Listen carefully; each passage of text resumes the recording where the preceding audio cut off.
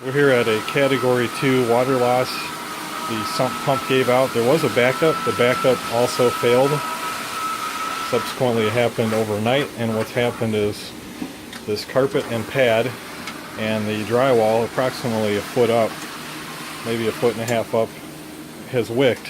That water wicked into the drywall. Our first step is to evaluate. Second step is to move the furniture around so that we can extract the wet pad, and it was wet, saturated wet from wall to wall, this whole basement. So our next step after this is to pull the pad. Eric's doing that right now. In other rooms that we've already extracted, you can see the pad is already out on that half of the area. That bedroom back there, Eric's pulling pad now. Next step is to get this room extracted and then pulled out. We're going to pull these baseboards off on the whole perimeter of the basement because it's, again, wet, at least up to the top of these plates, the electrical plates, which is pretty high. And we need to inject some air between those spaces, otherwise the drywall may not dry correctly. And then after that, we put our equipment in to dry the remaining carpet. Since it was a Category 2 sump failure, it does have a minor odor to it here, but it's not, since it happened very quickly and we were able to get out here very quickly, we're able to, we believe, able to salvage this carpeting. So when it's dry and the pad is out of here and the rebuild is done, then we come back as our last step to clean it all, and that should take care of any odors, if there are any odors. Already we're looking at a 50% improvement just from getting this excess water out of here and this wet pad. Some of the dryers are set up already, just injecting some fresh air right now. It is fortunately a pretty warm day out. It's like 60. It's supposed to get cold though, so we will have to do an internal closed loop drying system where all the doors and windows are closed. We're unable to evacuate moisture outside the walls, the windows, because of the cold weather coming. All right, so that's a little look at our water situation here. I'll just show you the source. This was the water source down here. That's the sump pump.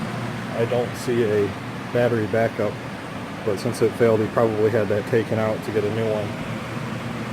Or it's on the sump crop, I can't tell. But that's up to the homeowner to take care of that. Our job is just to dry it, mitigate it, and do a final cleanup when it's all finished. We think we're able to salvage all the remaining woodwork.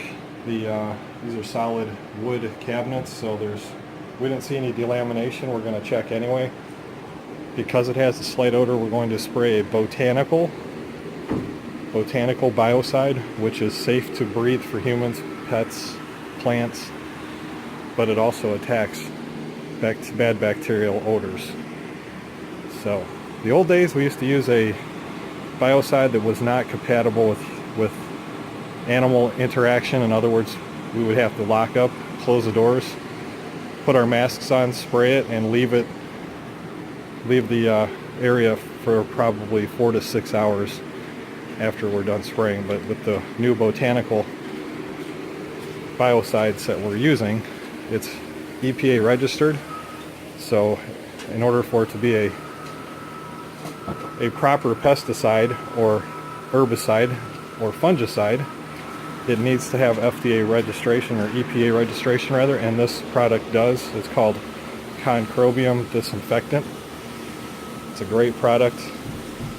It changes a lot. It really makes everybody's life easier. Just imagine not having to evacuate this house for 4 to 6 hours. And also, it's safe to breathe. That's the most important thing. All right, that's a little bit about this Category 2 flood here on March 31st, 2016.